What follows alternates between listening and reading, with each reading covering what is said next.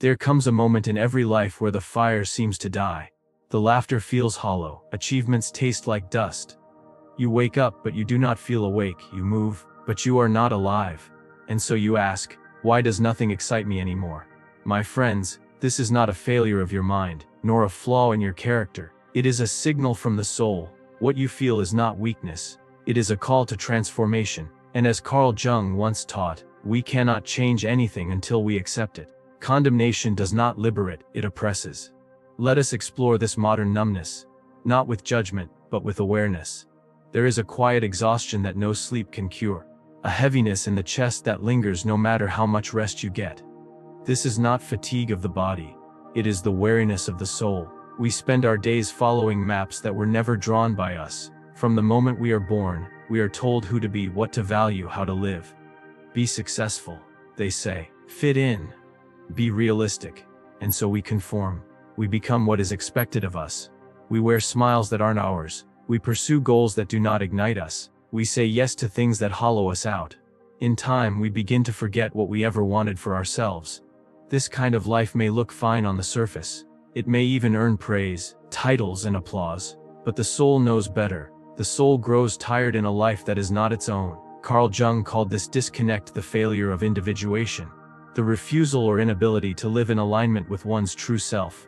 Individuation is not about selfishness, it is about wholeness. It is the process of becoming what you were always meant to be. And when that process is denied, the psyche revolts.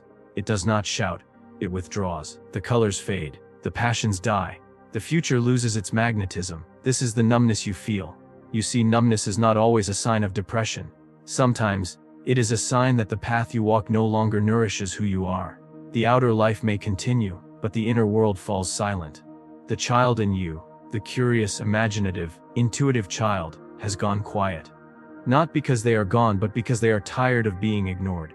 Many people try to fix this feeling by adding more work, more entertainment, more purchases. But the answer is rarely more. The answer is different. You must pause. You must ask, whose life am I living? That question can change everything. You may discover that the career you chase is one your parents dreamed of. That your lifestyle is a product of comparison, not desire. That your values were not chosen, but absorbed. And once you see this clearly, you can begin to change. Not instantly, not all at once, but with small, sacred steps back to yourself. To begin living a life that belongs to you, you must first be brave enough to admit that the one you are living does not. And that is a terrifying truth, because it threatens everything familiar. But it is also the beginning of freedom. Jung reminded us, or until you make the unconscious conscious, it will direct your life and you will call it fate. Your soul is not asking you to abandon everything. It is asking you to listen, to remember, to reconnect, and to have the courage to follow the quiet voice within. Even if it takes you away from comfort and toward uncertainty.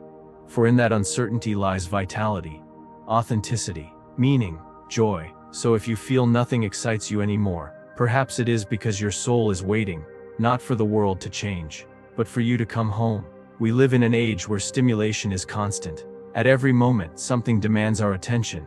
Screens flashing with colors, notifications vibrating with urgency, voices chattering without pause. The world is louder than ever, but inside we grow quieter, emptier. We consume information, entertainment, opinions, and images at such a rate that we have no space left to process, to feel, to truly absorb any of it.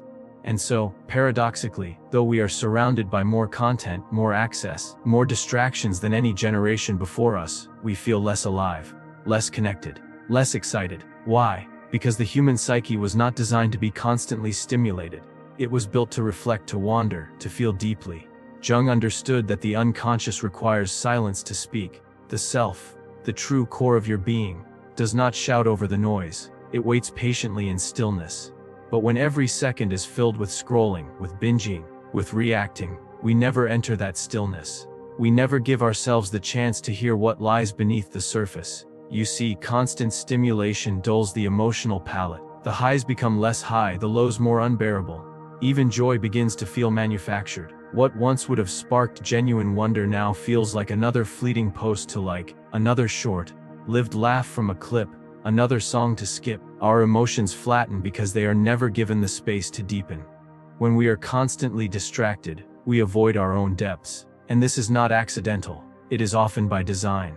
Modern life offers an endless stream of stimulation because it is an easy escape from pain, from doubt, from the uncomfortable truths we carry within.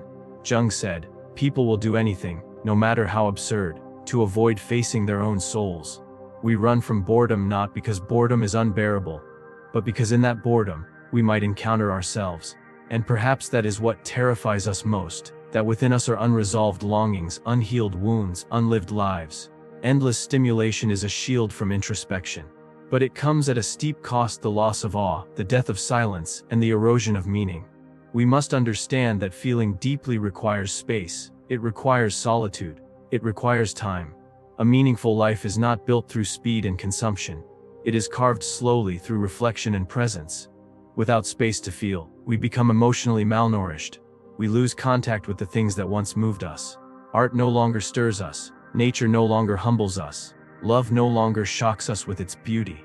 And so we feel numb. Not because life is empty, but because we are too full of noise to truly receive it. To regain our feeling, we must consciously choose slowness.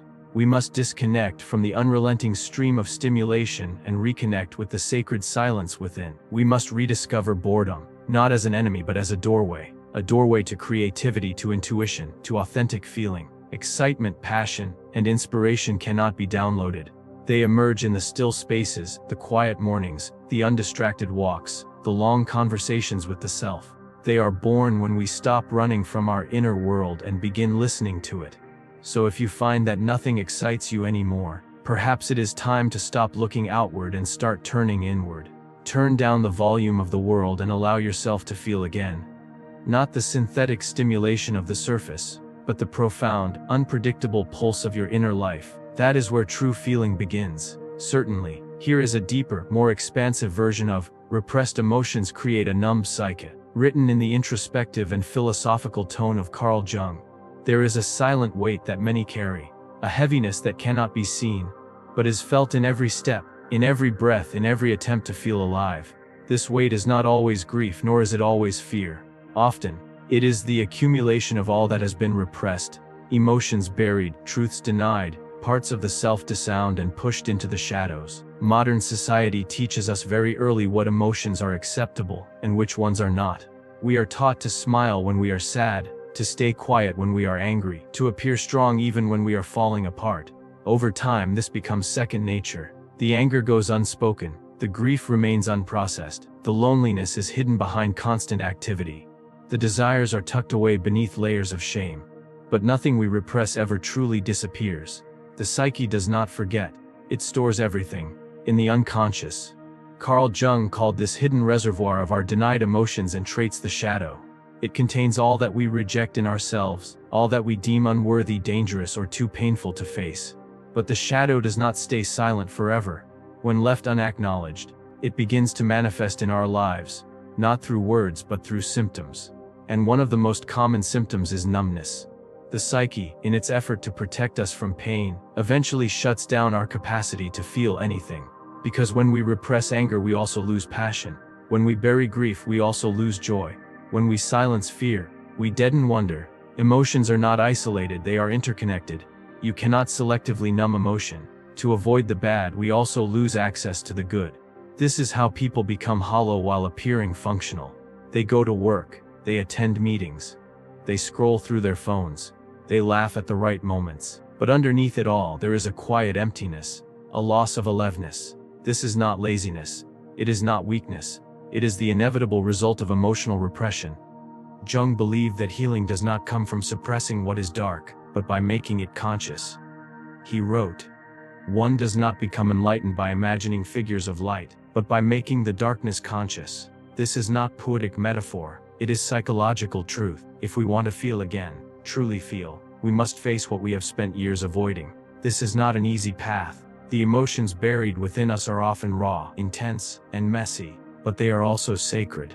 They are the key to reclaiming our vitality. The tears you haven't cried, the rage you've silenced, the needs you've denied, these are not enemies. They are unexpressed life. They are energy longing to be acknowledged, honored, integrated. When we finally allow ourselves to feel these repressed parts, not judge them, not fear them, but simply feel them, we begin to awaken. The numbness lifts, not all at once, but gradually. We begin to experience color again, texture, depth. We start to recognize ourselves, not just the polished mask we show the world, but the full, complex truth of who we are. To be human is to feel, not just happiness or peace, but the full spectrum: rage, grief, sorrow, fear, longing, awe. When you allow these emotions to exist within you without shame, you are no longer fragmented. You become whole. So if nothing excites you anymore, if life feels distant and dull, ask yourself, what have I not allowed myself to feel? What emotions live in the corners of your heart, waiting patiently to be seen? You do not need to fear them. They are not here to destroy you. They are here to return you to yourself. There is a quiet hunger that lives in the soul of nearly every person, a yearning that no possession can satisfy, no title can quiet, and no social approval can resolve. It is the longing for purpose. For a life that means something beyond survival, beyond accumulation, beyond performance. And yet in the modern world we are constantly told that meaning can be bought, that if we simply acquire more status, more comfort, more visibility, we will finally feel fulfilled. But the truth, known to the deeper Psyche, is this: purpose is not a product. It is a path. It is not something handed to us. It is something we must uncover within ourselves. Carl Jung recognized that purpose is not imposed from the outside. It is the result of an intimate journey inward. The self, the deepest layer of our being, is not concerned with profit or popularity. It seeks wholeness. And when we stray from the process of becoming whole, we begin to feel that terrible void, that aching sense that life is happening to us rather than through us. This is not failure. It is an alarm clock. It is the Psyche calling us back to the search for authentic meaning. You see, many people try to fill the emptiness with distractions: money, entertainment, credentials, admiration. These things can offer comfort, yes, but not direction. They can provide safety, but not identity. You may look successful in the eyes of the world, but if you are living a life misaligned with your inner truth, you will always feel a sense of disconnection, like a ghost walking through your own story. Purpose, unlike pleasure or prestige, emerges from relationship with yourself, with your past, with your pain, with the world around you. It often begins not in clarity but in crisis. Many people do not discover their purpose through achievement, but through suffering. Through the moment they realize the life they are living no longer fits.